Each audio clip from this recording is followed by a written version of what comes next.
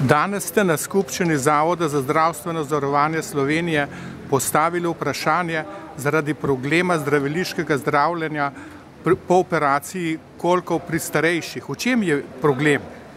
Ja, pred kratkim so bila spremenjena pravila obveznega zdravstvenega zavarovanja v zvezi z zdraviliškim zdravljenjem po operacijah kolka, med drugimi tudi, in to seveda zadeva predvsem starejše ljudi, in te spremembe so v tem smislu, da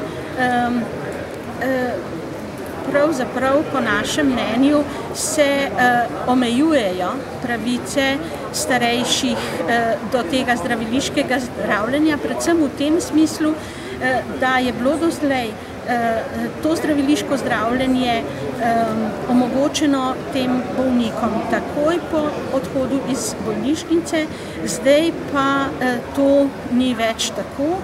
In bolniki so odpuščeni domov oziroma v negovalno bolnišnico, če je prostor, oziroma zdaj se pojavlja torej problem, kam s temi bolniki, ki niso sposobni za samostojno življenje po tej operaciji. In zato mi mislimo, da vendarle ni bilo dovolj komunikacije med zavarovalnico in stroko, kako ta problem rešiti. Sigurno seveda ne moramo odpustiti pacienta v zdraviliško zdravljenje, če za to ni primeren, ampak po drugi strani ga pa ne moramo kar odpustiti domov, če ni sposoben, da sam za sebe poskrbi oziroma nima svojcev, da bi za njega. Iz negovalne bolnišnice, na primer, ni sledilo zdraviliško zdravljenje? Ja, pa tudi ni nujno. Poleg tega so kapacitete negovalnih bolnišnic zelo omejene in malo jih je, in dejansko je ta problem se pojavil, ker te bolniki niso vedeli, kako in kaj z njimi. Ker zavarovalnica jim je pa zavrnila zdraviliško zdravljenje v tistem trenutku. Zaradi česa? Češ, da je treba počakati daljše obdobje in potem to tudi v postopku drugače regulirala, da to napotitev opravi osebni zdravnik na primarni ravni. In skratka, s tem je prišlo do nekega vakuma v tem obdobju, predvsem za tiste bolnike, ki niso bili sposobni iti domov. Ja, v kakšnem smislu niso bili sposobni? Ni bila zaceljena rama? Rehabilitacija kolka ni bila opravljena, to se pravi, niso bili sposobni hoditi in skrbeti sami zase. Aha. In kako je v praksi potem to? Ja, idealno je to, da gre tak bolnik po tej operaciji na rehabilitacijo, da ga usposobijo, da lahko sam hodi.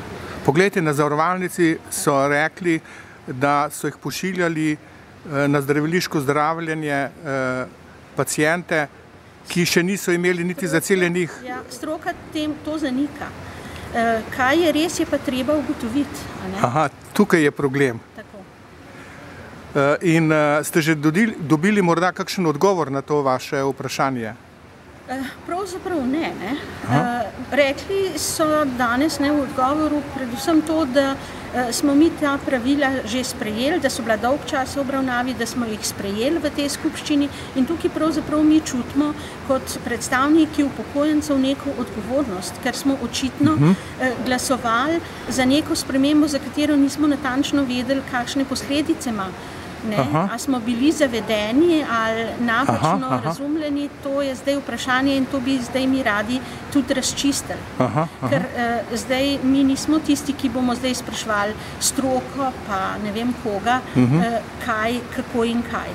Mislim, da je zavarovalnica dolžna nam to pojasniti, kako je vse to potekalo in če so naredili vse ukrepe, da bi zavarovali pravice in pa seveda zdravje teh ljudi. Seveda sedaj vaši člani vam nekako učitajo, zakaj ste to sprejeli. Tako. In kakšen imate vtis, kako se bo to razrešilo? Ja, jaz upam, da bojo nam to pojasnili oziroma da bo iz tega pač izšlo tudi to, da bodo se mogoče v zavarovalnici tudi zavedli, da nekateri postopki niso bili pravilno izpeljani in bodo to popravili. Jaz mislim, da tukaj je gotovo je pripravljenost. ena pomanjkljivost, ki jo bo mogla zavarovalnica odpraviti in to je ta komunikacija s stroko.